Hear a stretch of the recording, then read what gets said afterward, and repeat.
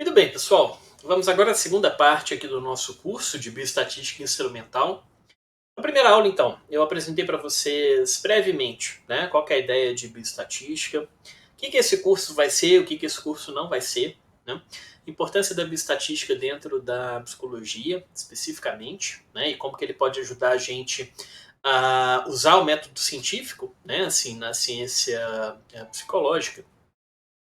E eu adiantei para vocês que a gente não vai trabalhar com as fórmulas estatísticas propriamente ditas. Eu não vou ensinar para vocês a fazer a coisa na mão, ou então a programar essas fórmulas. A gente vai usar um software. Tá? Qual que é a ideia de usar um software para fazer isso? Um software estatístico, um pacote estatístico, é basicamente um programa de computador que vai automatizar boa parte dos processos que você faria manualmente. Um software estatístico é um programa de computador que vai ler um banco de dados, que é basicamente uma forma sistemática de você organizar suas observações, né, aqueles fenômenos que você investigou, e ele vai permitir que você aplique procedimentos estatísticos diferentes dentro desse banco de dados. Né? Então, vai permitir que você utilize as técnicas estatísticas dentro dos dados já coletados, de um banco de dados já construído. Tá? Tem várias opções de softwares estatísticos nesse momento. Né?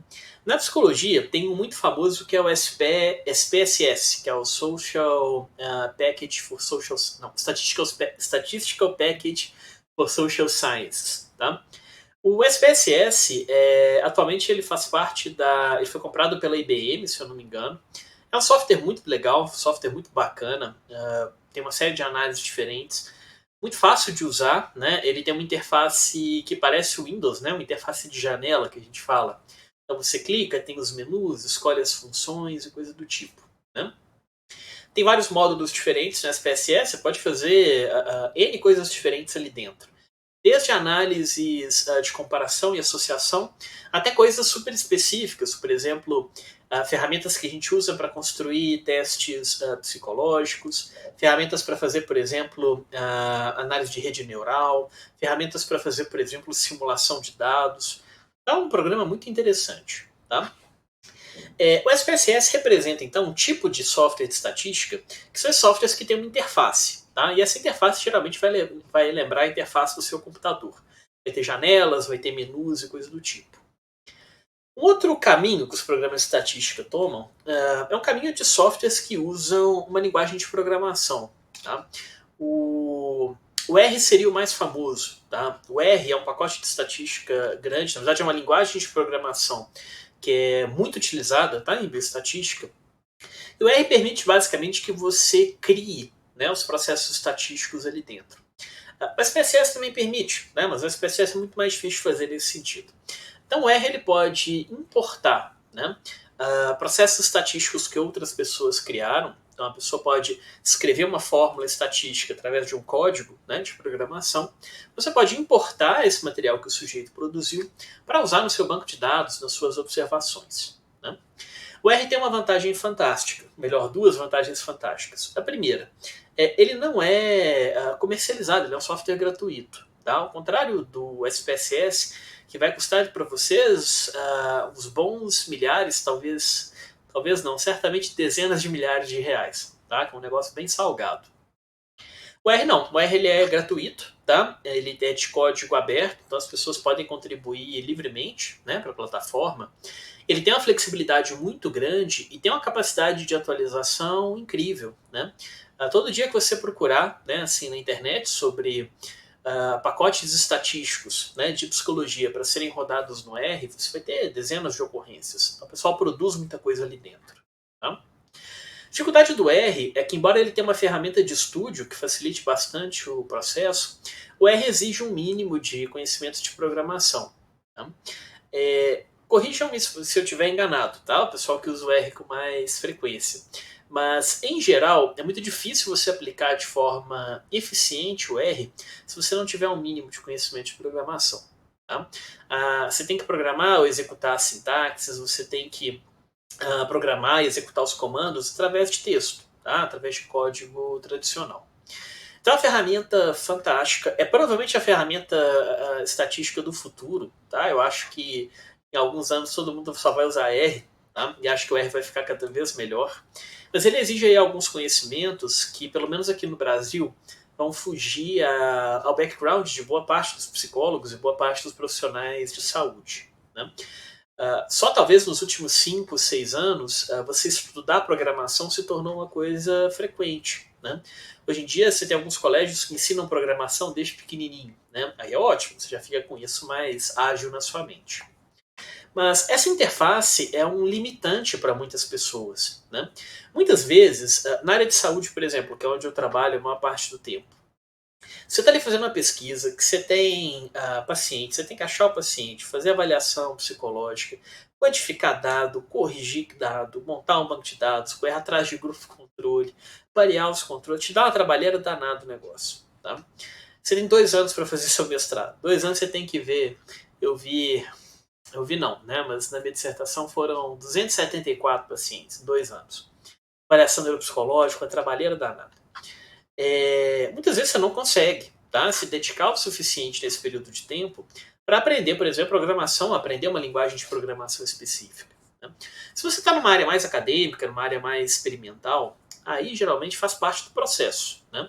Uma das tarefas que você vai realizar nessa sua formação é aprender, né, esse tipo de método. Agora, na área da saúde, por exemplo, a gente vê que a maioria das pessoas não tem tanta disponibilidade e também não tem tanta disposição. Tá? Disponibilidade seria uma questão de tempo, uma questão de recurso, disposição seria uma questão de vontade. Tá? E aí os softwares do tipo SPSS, que tem uma interface mais amigável, por assim dizer, serem muito mais comuns, tá? Pelo menos para o pesquisador na área da saúde mais mediano. É claro que o pessoal de elite, né, da área da saúde, o pessoal que trabalha efetivamente com análise estatística de grandes bancos, grandes materiais, certamente eles vão usar pacotes mais sofisticados. Né? Mas o programinha de interface dá conta do básico, que é o que a gente quer aqui nesse momento. Então você tem uma coisa muito fantástica, muito complexa, gratuita, de código aberto, etc. E do outro lado você tem um programa muito fácil de usar, com quase tudo que você precisa para uma estatística mais básica, que lembra o seu Windows, lembra uma grande planilha de Excel no final das contas. Tá? Só que esse aqui é gratuito e esse aqui custa dezenas de milhares de reais. Né? Então, e aí, o que a gente faz? Se você tiver dezenas de milhares de reais sobrando, tudo bem, né? Pode ir lá comprar o SPSS se você quiser, ok? Do contrário, você pode usar o JASP, tá? Vou fazer propaganda do JASP, não tem nada a ver com o JASP, tem nada a ver com a equipe que cria o JASP, só sou um fã incondicional da plataforma, tá? O JASP é um programinha de estatística super interessante, super leve, super tranquilo de instalar e de rodar no computador, que combina um pouco dessas duas coisas. Tá? O JASP é um programa de interface, então vocês vão ter uma interface, vou mostrar aqui para vocês, que é muito parecida com a interface tradicional do Windows, né? Com as janelas e coisas assim. Mas ele, ao mesmo tempo, é aberto, né, para contribuições e exporta, né, material para diversas linguagens de programação diferentes. Né? Você consegue, por exemplo, importar e exportar, né, conteúdo do R, do MATLAB, do Lavan e coisas do tipo. A grande vantagem do JASP é que é fácil de usar, é bem amigável e é gratuito. Tá? O JASP ele é uma iniciativa europeia, salvo engano, né, com uma série de financiadores, né, no continente europeu, algumas universidades, algumas entidades e coisas assim. E a ideia é criar uma coisa que seja útil para os psicólogos trabalharem de forma geral. Né? Começou como um programa muito básico, né, que era fazer a estatística basicona da basicona, e hoje em dia ele faz assim coisas extremamente sofisticadas. Tá? Ele consegue rodar algumas análises, por exemplo, que os pacotes comerciais para fazer isso custam dezenas de milhares de reais. Tá? Então é uma coisa bem interessante e é ele que a gente vai usar aqui nessa disciplina. Tá? Então, meu objetivo aqui hoje é mostrar para vocês o que é o JASP, onde vocês pegam o JASP, como que vocês instalam, né? Da onde ele veio, o que ele come, como ele se reproduz, coisa do tipo. Né? Instalar aqui no computador e mostrar para vocês um banco de dados, tá? Dentro do JASP. Com base nisso, a gente passa para as próximas aulas, onde a gente vai ensinar vocês a construir um banco de dados, tá? Então passo a passo para você fazer um banco de dados de pesquisa e posteriormente analisar o seu material. Né?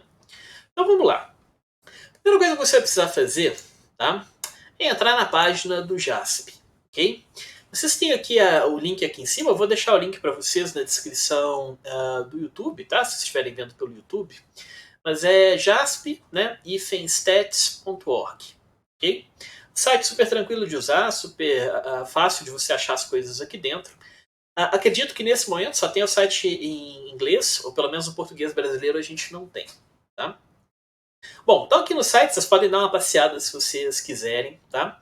Tem uma aba de download, onde a gente vai pegar o software, tem uma aba de tira dúvida, né? E é ótimo, inclusive, é super atualizado, o pessoal. Os responsáveis pelo JASP têm uma iniciativa incrível de responder dúvida, responder comentário, atender, né, os nossos pedidos, assim, seja por e-mail, seja por fórum, coisa do tipo. Uma área educacional, né? Eles têm um canal do YouTube com uns vídeos bem interessantes, né? Mostrando a estatística mais básica. Um blog para atualização. E algo que, se vocês puderem, eu recomendo fortemente que façam. Tá? Fez aqui a disciplina, gostou, achou bacana, né? Faça uma doação ali para os caras. Né? Vocês vão ver daqui a pouco que esse negócio merece um pouquinho do nosso investimento. Tá? A contribuição que ele está fazendo, acho que não só para a psicologia, mas para a ciência geral, é uma contribuição muito importante. Então tenta aí um dinheirinho sobrando, né? Doe aí para o JASP, certo? Se não for doado para o JASP, doa para a Wikipédia, certo? Para a Wikipedia. Um dos dois eu acho que merece a nossa doação. Muito bem, então vamos lá. Aqui na aba aqui na tela principal do JASP, ok? Vocês vão clicar aqui no botão de download, ou então na aba aqui de cima. E aí, a gente vai depender do computador de vocês, tá? Ou de onde vocês estiverem assistindo essa aula. Você pode baixar o programa para Windows, tá? Aí confira se o seu sistema é 64 ou 32 bits. Vocês podem fazer isso olhando no meu computador, clica com o botão direito no ícone do meu computador e olha qual Windows vocês têm, tá? A versão do Mac, certo? Então, mesmo modelo, mesma funcionalidade, mas para instalação específica, né, no iOS, perdão, né, no macOS, e tem para Linux também, ok? O Linux, na verdade, você tem as instruções de como você instala ele, tá? O funcionamento é um pouquinho diferente. Caso um de vocês use Linux, vocês vão estar cobertos de todo jeito. Se vocês não puderem instalar, se vocês não tiverem um computador disponível, se vocês estiverem num computador temporário, computador do namorado, namorada, mãe, pai, irmã, lan house, sei lá, vocês não podem instalar, tá? Aí vocês têm uma funcionalidade que é rodar o JASP no próprio navegador, ok? Então vocês podem usar esse link aqui de baixo, ele abre um aplicativo específico, se eu não me engano exige um cadastro, tá? Lá no momento. Você consegue rodar o JASP pela internet, ok? Então ele vai rodar dentro do seu navegador. Um pouco mais lento, um pouco mais pesado e coisa assim, mas é uma ótima ferramenta se você não dispõe da possibilidade de instalar o programa. Tá? Tendo dúvida, ok? Tem um guia de instalação, ok? Bem completinho, tem para todos os tipos de instalação dele aqui. Então baixe, é só clicar no link, tá? A versão do computador de vocês. Aqui no meu caso eu já fiz o download, tá? Para não ter que fazer isso durante, ok?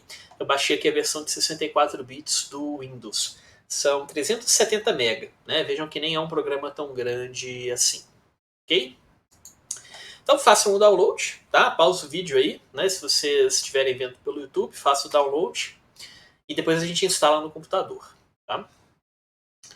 Instalação do JASP, né? É muito tranquila. Vocês vão receber um arquivo .zip, tá? Então ele vai abrir em programas como o WinZip, o WinRAR, o 7-Zip, o que vocês quiserem, tá? Qualquer um funciona. Extrai, né, esses arquivos para o seu computador. O processo demora um pouquinho, mas é pouca coisa, tá? Vocês vão extrair os arquivos do JASP e realizar a instalação através do arquivo de setup. A gente já chega nele, tá? Muito bem. Pouco tempo atrás me perguntaram o que é essa pasta, né, no meu computador que se chama Trenhada, tá?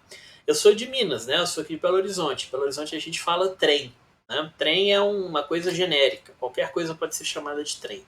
Ele substitui qualquer substantivo, tá? Que vocês quiserem. Trenhada é aquela pasta do desktop que eu tenho certeza que vocês têm, né? Que é quando você não dá conta dos ícones, você faz uma pasta e joga tudo lá dentro. Né? Nem sabe mais que tem a área de trabalho, só sabe que vai para uma pasta específica. Muito bem. Abriu aqui a pastinha do JASP, ok? Deixa eu fechar isso aqui. Fica mais limpo para a gente mexer, ok? E tem aqui o ícone JASP, o ícone verdinho, ok? 2 cliques nele. Perdão, cliquei errado. 2 cliques nele.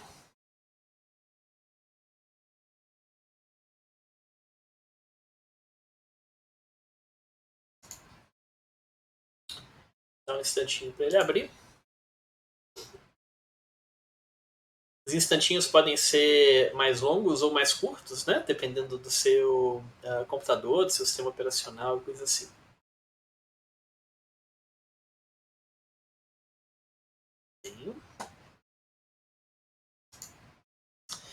Ok. Essa versão que eu baixei do JASP, né? Ela é uma versão que ela já vem pré-instalada. No momento que você faz o zip ali da pasta, né? Coloca os arquivos, salvou no computador, clicou 2 vezes, ele já está instalado, tá? No seu computador. Há uma opção também de vocês baixarem um instalador, tá certo? Da versão de 32 bits. Se for versão 64, façam esse procedimento que eu fiz. O instalador é a mesma coisa, só que você vai baixar um arquivo pequenininho, né? Na hora que você abrir esse arquivo, ele vai fazer o download da versão maior e instalar o programa para você automaticamente. Imagino que não vai ser difícil para vocês rodarem isso aqui não. Tá? E olha que legal, estou gravando a aula para vocês dia 21 de julho, né, de 2020. Versão atualizada do software 16 de julho de 2020. Então vejam que bacana, né? Realmente uma coisa bastante atual. Né? Você vai tendo atualizações periódicas. Eu recomendo que de mês a mês vocês chequem o site para ver se não tem uma versão atualizada. Tá? Vocês podem substituir a que vocês têm. Então esse aqui é o JASP. Tá? Essa é a interface do programa. Como eu disse, é um programa que lembra o Windows, né? Então você tem botões, você tem menus e coisa do tipo. Tá?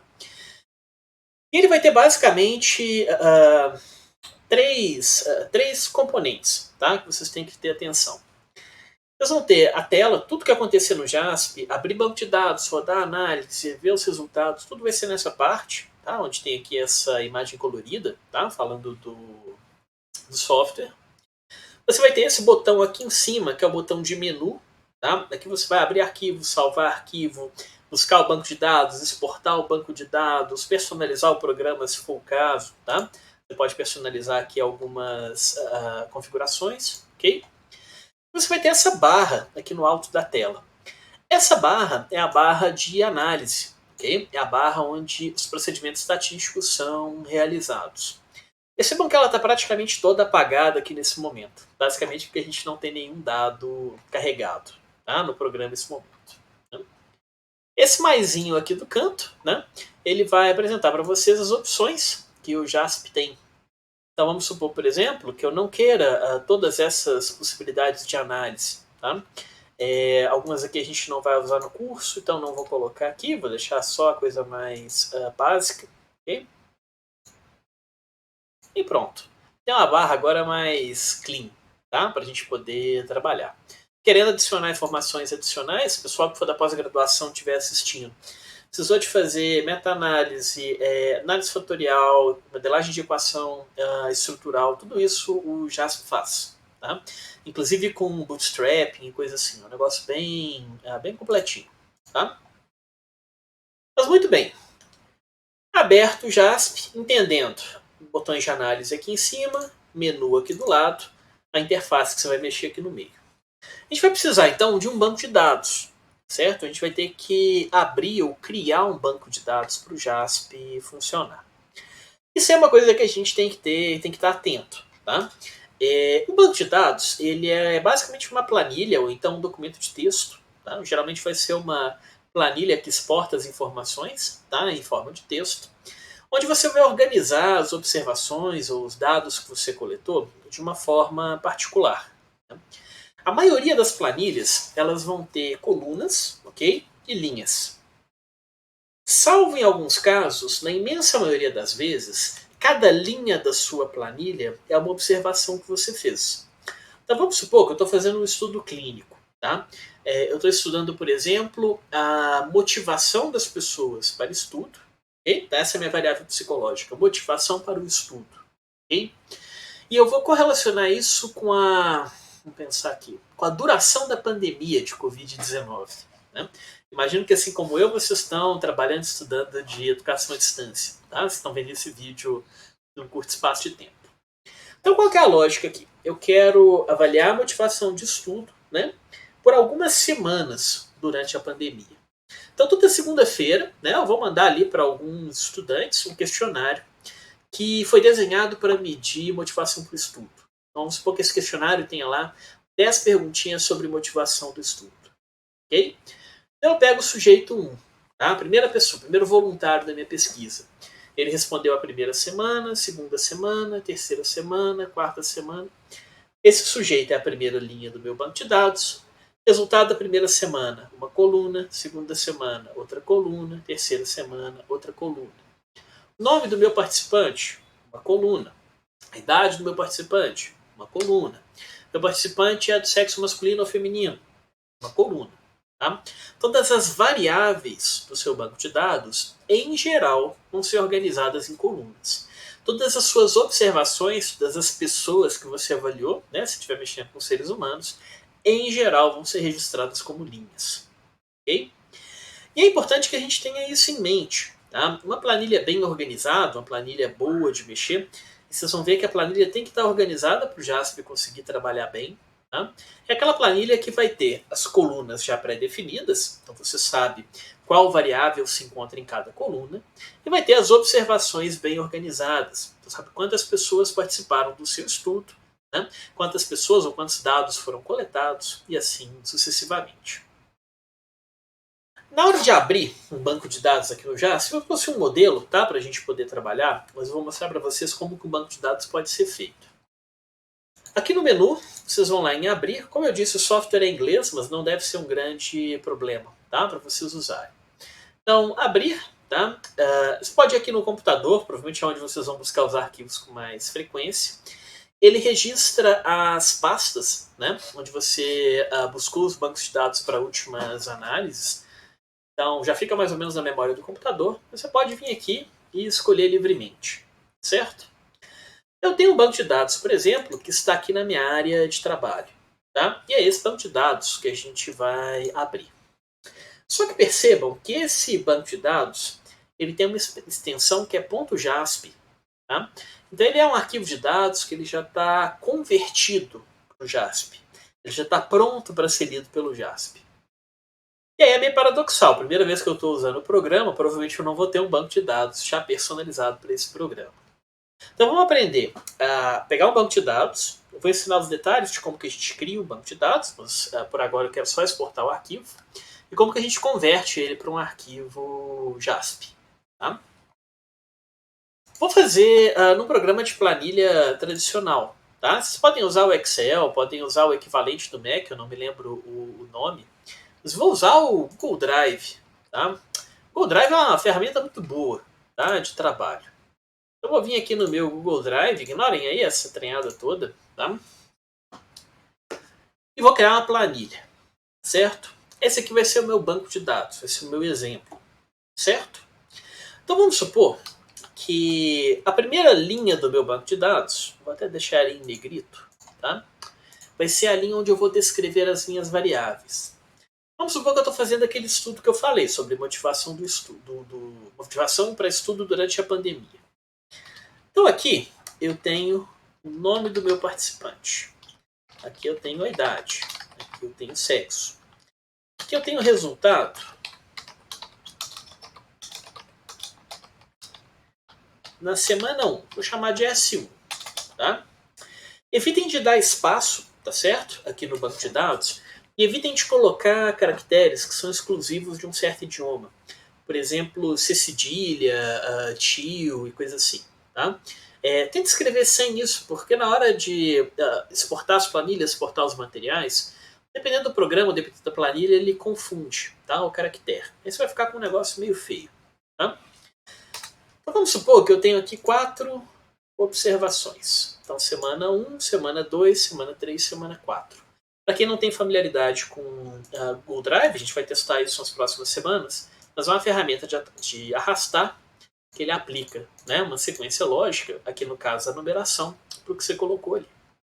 Então vamos supor que eu medi motivação para estudo na semana 1, semana 2, semana 3 e semana 4. Aí eu tenho lá os meus participantes. Eu tenho o fulano, o fulaninho e o fuleco.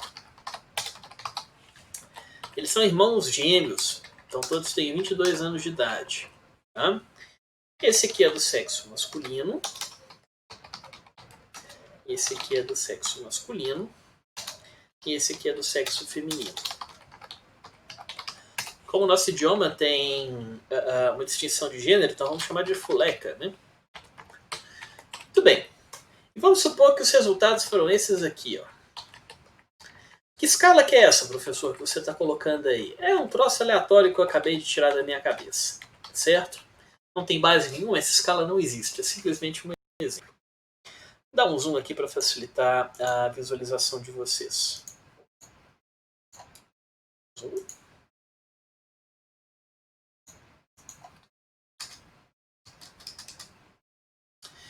Então vamos lá. Criei uma planilha qualquer. Tá? Nessa planilha eu tenho 3 observações. Então são 3 pessoas que participaram do meu estudo. E eu tenho aqui uma série de variáveis. Tem a variável idade, o sexo e resultado na primeira, segunda, terceira e quarta semana. Como eu disse antes, cada linha é um participante. Então essa aqui é uma pessoa só. Essa aqui é outra pessoa, essa aqui é outra pessoa. Cada coluna é uma variável. Essa é a variável nome, essa é a variável idade, sexo e assim sucessivamente. A única exceção a essa regra é a primeira linha da planilha. Quase sempre um programa de estatística vai entender que a primeira linha da sua planilha não se trata de um participante, mas se trata de uma legenda. Tá? Então o que ele vai fazer? Ele vai importar essa primeira linha não como um participante do seu estudo, não como uma pessoa, tá?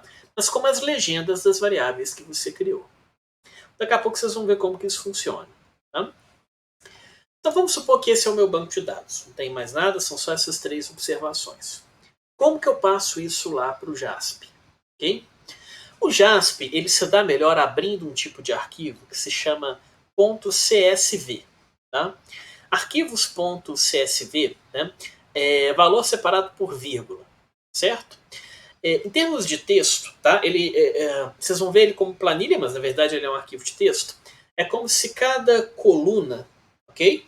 Então cada coluna e cada variável que está nela é um número, uma vírgula. Segunda coluna, uma vírgula. Terceira coluna, uma vírgula. Quarta coluna, uma vírgula. Segunda linha, né? Primeira coluna, uma vírgula. Segunda coluna, uma vírgula. Não são valores separados por vírgula. Tá? A vantagem dos dos arquivos CSV é que são arquivos de texto simples, né? Tipo um bloco de notas da maioria dos computadores. Eles têm um tamanho bem pequenininho, eles são fáceis de você abrir, são fáceis de você carregar, exportar e não ficam com um tamanho muito grande. Né? Minha esposa, por exemplo, está trabalhando com um banco de dados sobre Covid-19 em profissionais de saúde. Né? Ela tem em torno de 215 mil pessoas na pesquisa. Né? Um número absurdo de gente, um número enorme de gente. Né? Abrindo num arquivo de texto, né? Tudo bem, fica menorzinho o arquivo, a gente consegue trabalhar bem. Acho que fica com 80 MB, uma coisa assim. Salvando ele com planilha, ele fica gigantesco, muito mais difícil de você trabalhar. Mas dei essa longa volta para dizer mais ou menos o seguinte. Qualquer banco de dados que você fizer numa planilha, ele vai ter que ser convertido num arquivo de texto, para aí sim a gente abrir no JASP. Como que a gente faz isso? Você vem aqui no arquivo, se o seu Google estiver em português, né? Vai ser arquivo. Você vai buscar aqui download. E aqui no download você tem várias opções de como você quer baixar esse arquivo. Né? Uma das opções é o valor separado por vírgula. Lembrando que nessa